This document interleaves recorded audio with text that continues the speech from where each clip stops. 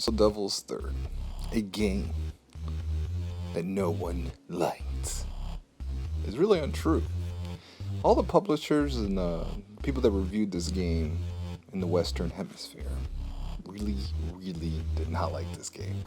IGN gave it like a 3.5 and decided that because they, kind of didn't like the single player, that they wouldn't even go online and try out the multiplayer.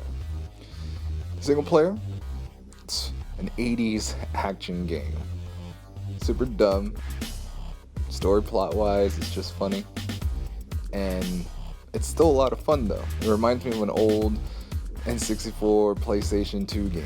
Just craziness, doesn't make sense, but it's fun. Gripes? Frame rate is sometimes so bad and you're like, what's going on here? And that really does remind me of an N64 game when the frame rate's dropped to like 10 frames per second. But still, like, overall you're having a good time. If I didn't put a ton of hours into the single player, what I've put all my time into has been the multiplayer. Jumped on there and holy crap, I've enjoyed it so much. It's worth the $60 that you pay to play this multiplayer online. You start off, just a normal guy. You go in, start off as a level 1, but then all of a sudden you start killing people in different crazy ways, start getting better, then all of a sudden you join a clan, and then you're attacking other people in other clans that are in other continents or other states, and you're trying to take them over. There's no voice chat, which sucks, but there is chat rooms. When you join a clan, you have a clan chat room. And it's just funny how much communication actually happens more in a chat room than in a voice chat session. I can't tell you how many times I've played games where you have voice chat but no one's talking to each other. But if you go into a match with friends and completely get destroyed, a siege match, and you lose a ton of money, you get upset, and then you guys are talking to each other trying to figure out how is it that you need to make your fortress better if you're defending, or if you're attacking, what people need to do while they attack, and then do it all over again. And that's something you don't get in games today. You don't get that unless you're playing with just friends. These are just random people that I just met. Kind of reminds me of MMOs when everybody's talking to each other. There's no awkwardness to it. And it just becomes a lot of fun. The online community is small. It didn't sell very well. Nintendo didn't help it. And neither did these horrible reviews.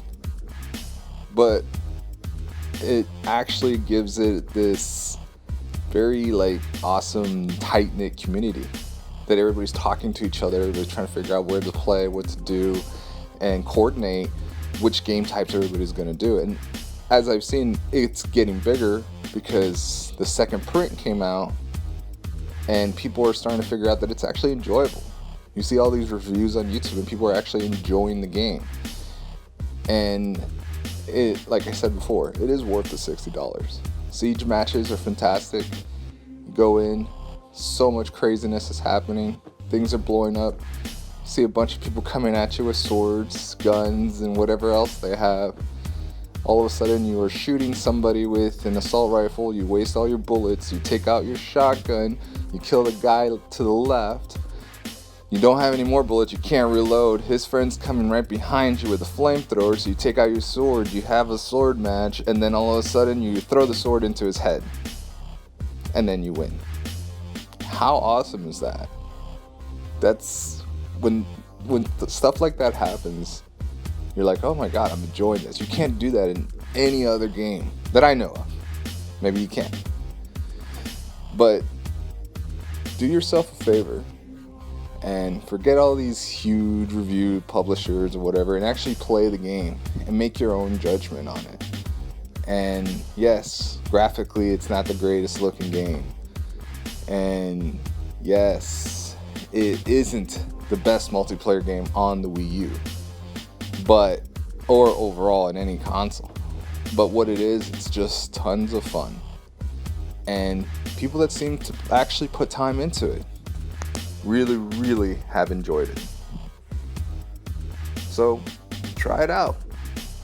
Maybe wait for it to drop another $20 or whatnot. But Devil's Third is a must buy if you're a Wii U owner, especially since we don't get games like this. And if you do, can't wait to see you online. And make sure you join the clan. It makes life so much easier. And see you later.